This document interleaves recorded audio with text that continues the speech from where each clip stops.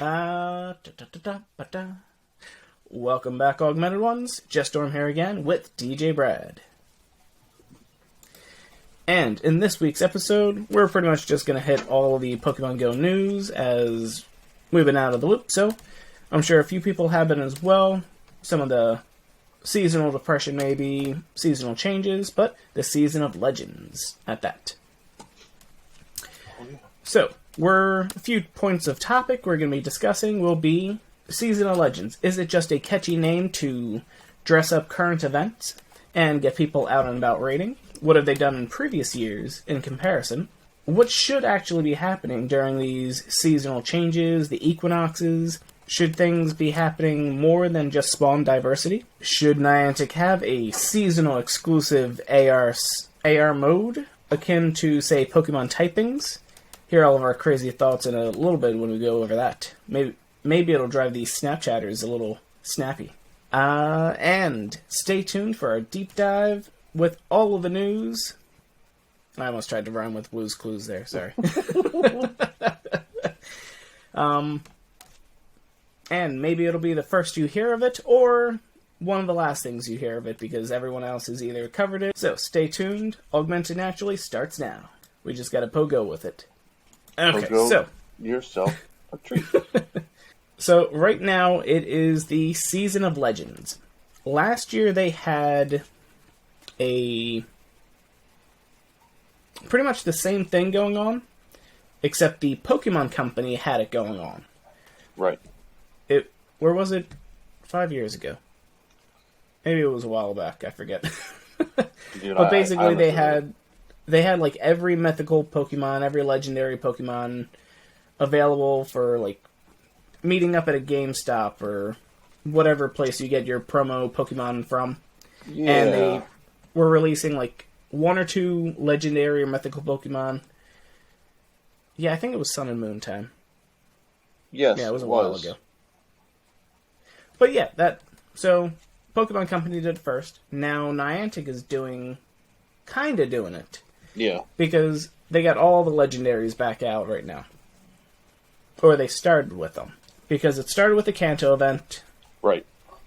Articuno, Moltres, Zapdos. In addition to the Shadow legendaries are back as well. Giovanni has arisen out of the shadows again. And has Shadow Articuno. Oh. And a pro tip, if you're around level 44 and you have the level up missions to complete as many Team Go Rocket battles. Basically, this helps with Team Go Rocket battles. Once you actually get to Giovanni, do not defeat him. The decoys that Giovanni will deploy to throw you off his trail will still count as Team Go Rocket grunts, to which they'll still award you with mysterious components if you don't already have a regular rocket radar in your inventory. So you can basically just chain up all of the Team Go Rocket stuff there. Don't catch Shadow Articuno right away. Well, don't defeat Giovanni right away. So take your time, and then make sure you give yourself at least 5 days around the end of the month. Luckily, March is one of those 5-weekers, so keep that in mind. There's still a good half of March that we don't know. We don't know exactly what's in store for it, because Niantic being Niantic. Got to keep it under the radar. Yeah, they don't necessarily like to tell you what's going on anytime in advance. Well, yeah. It could be because they're trying to stay competitive with other games. You know, all of their competitors out there, or it could also just be that they want to make sure that people tune into their social medias to keep following them on Twitter, and so that players can't just listen to a show or a podcast or a YouTuber and get all the information all in one shot. Because once we hear one tidbit of information, we tend to go off the rails with all of our theories and speculation. Which, it's an old habit, which not necessarily a bad thing in some situations. No. But we then get into the predicaments of all of the new games that come out. The new games, it's the information age these days. Everyone comes up with their fan theories, and then some of them may spoil the game, or other ones will lead to unnecessary hype, which then disappoints. Exactly. People get so hype over the fan fiction that they completely forget that's not the route that the game is actually going to go into. Not thinking of WandaVision in this case at all. Yeah, I didn't dive too deep into some of the crazy theories, but I got into it around week 7. So I gave it a little time. But yeah, we were feeling the drag for it after just finishing those ones. A great way to portray all of the comic book type stuff that was going on. And they had a lot of Easter eggs that everyone decided to pick apart and enjoy. Yeah, there we go. So what is your opinion on the way that the events have been going?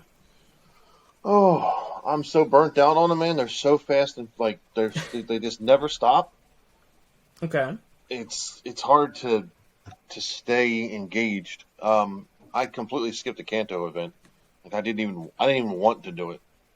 And I just find myself like even like one of these now it's like, oh, catch 10 ground Pokemon. Man, I don't want to do all that. That's too much. I don't want to do that. Yeah. I'll still do it now that I'm back playing every day, but I don't know. Just give us a break. Well, that's the thing. With the current system of they get their money when people are playing more often. Yeah. So what's the point?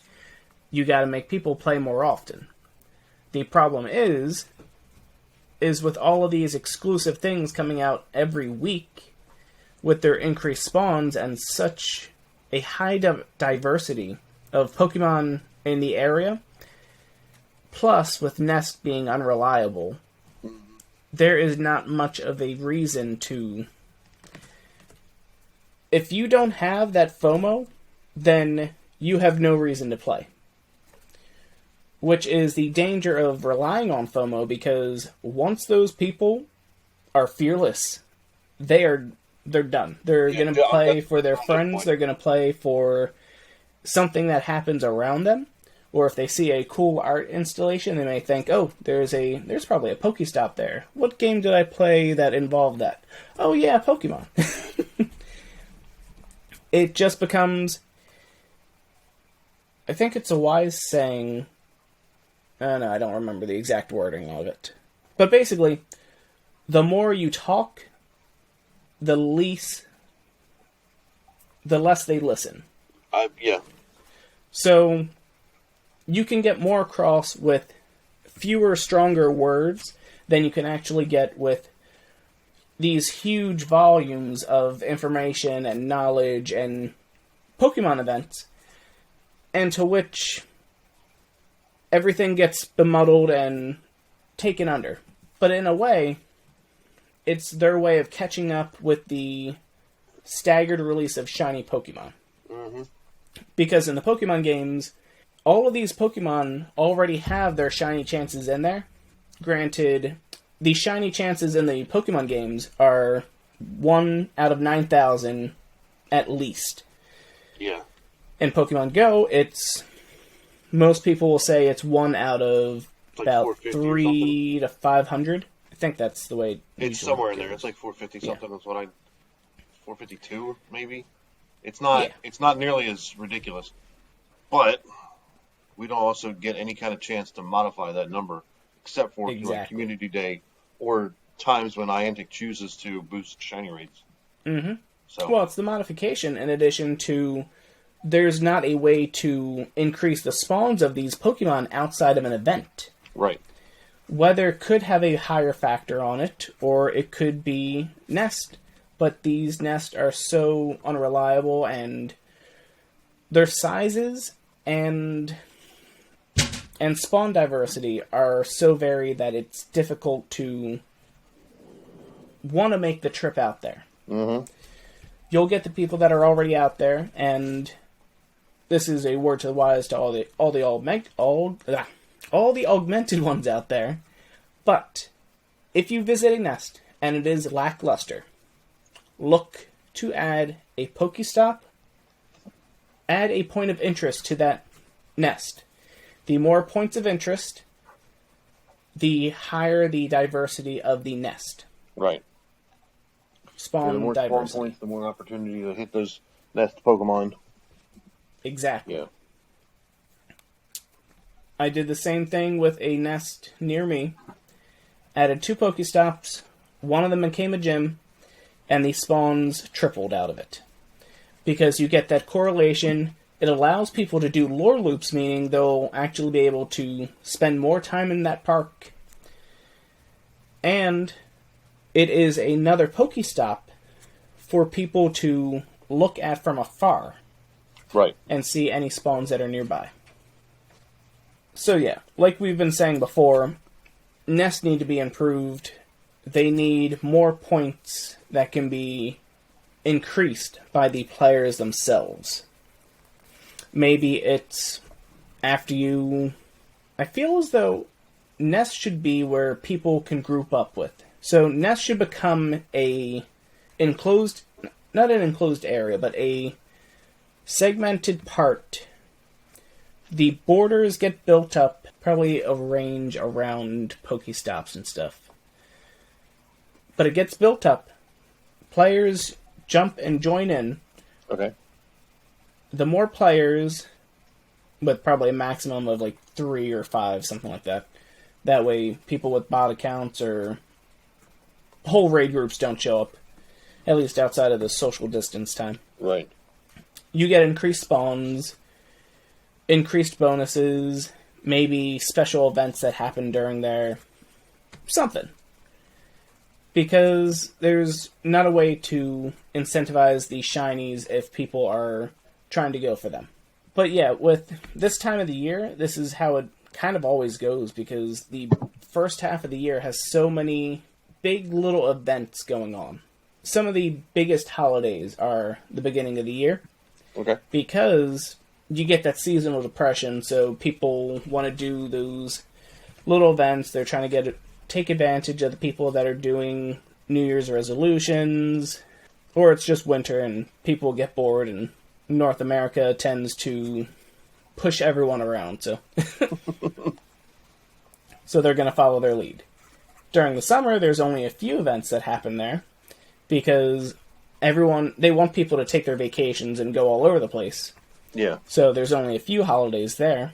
And even at that, there's holidays that people go outside.